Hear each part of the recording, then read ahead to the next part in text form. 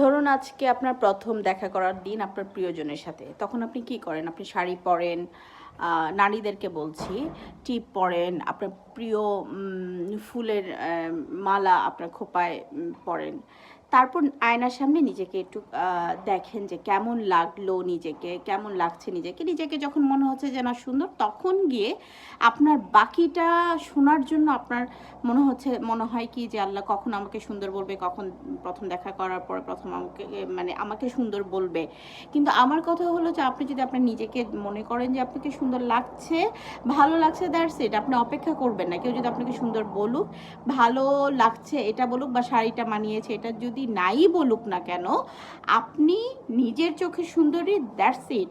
কারোর জন্য অপেক্ষা করবেন না। কারোর জন্য অপেক্ষা করলে হয় কি, তার মতামতের দামটা বেড়ে যায়। তাহলে কি হবে, মনে হবে কি আপনি তার উপর ডিপেন্ডেন্ট, এবং প্রথম দিন থেকে যদি মানসিকভাবে তার উপর নির্ভরশীল হয়ে যান তাহলে সব সময় নির্ভরশীল হয়ে যাবেন। সো নিজের মতামতকে মূল্য দেন।